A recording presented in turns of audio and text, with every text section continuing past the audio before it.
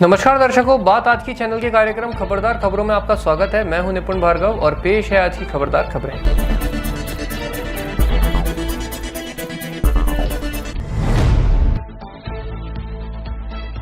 कल देर रात गुजरात के सूरत में GIDC इलाके में एक 6 मंजिला बिल्डिंग ढह गई।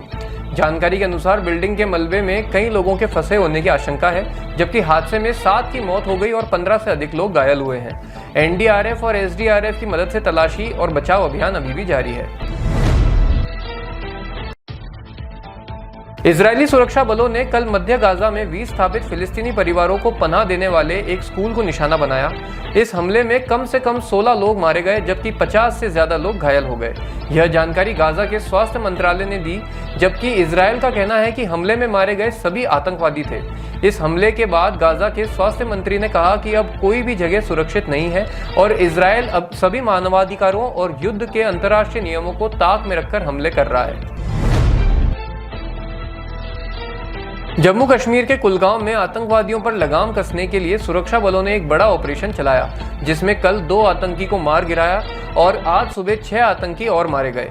अधिकारियों ने बताया कि कुलगांव के फिसल, चिन्नीगम और मुदरगांव इलाके में घेराबंदी और तलाशी अभियान शुरू किए जाने के दौरान आतंकियों के साथ मुठभेड़ हुई, जिनमें ये 6 आतंकी मारे गए। वहीं कश्मीर के IG ने कहा कि यह अभियान जारी रहेगा और आखिरी आतंकी के खत्म होने के बाद ही इस अभियान को रोका जाएगा। IG ने 2 जवानों के शहीद होने पर उनके शवों पर पुष्प चक्र अर्पित कर उन्हें सलामी दी। भारत ने जोरावर नामक स्वदेशी हल्के टैंक का प्रारंभिक परीक्षण शुरू कर दिया है। इस टैंक के विकसित करने का मुख्य मकसद चीन से लगी सीमा LAC पर सेना की समग्र युद्ध क्षमताओं को बढ़ाना है। जानकारी के अनुसार DRDO और L&T संयुक्त रूप से इसे विकसित कर रहे हैं। 25 टन वजनी ये जोरावर टैंक आसानी से सेना के विमानों द्वारा सीमा पर ले जाया जा सकता है। इसे मुख्य रूप से चीन और पाकिस्तान सीमा पर तैनात किया जाएगा। विश्व प्रसिद्ध भगवान जगन्नाथ जी की रथ यात्रा आज उड़ीसा के पुरी में शोभा यात्रा के रूप में निकाली गई। 3 अलग अलग रथों में सवार भगवान जगन्नाथ, देवी सुभद्रा और भाई बलराम की शोभा यात्रा ने पूरे नगर का भ्रमण किया। इन तीनों रथों को भगवान के सैकड़ों भक्तों द्वारा खींचा गया। सबसे आगे देवी सुभद्रा, उसके बाद भाई बलराम और सबसे आखिर में भगवान जगन्नाथ का रथ था। भक्तों ने भारी भीड़ के बीच रथ यात्रा का आनंद लिया। आषाढ़ मास की शुक्ल पक्ष की 10वीं तिथि पर इस यात्रा का समापन होगा। लालू यादव के खिलाफ मुजफ्फरपुर के कोर्ट में एक शिकायत दर्ज कराई गई है।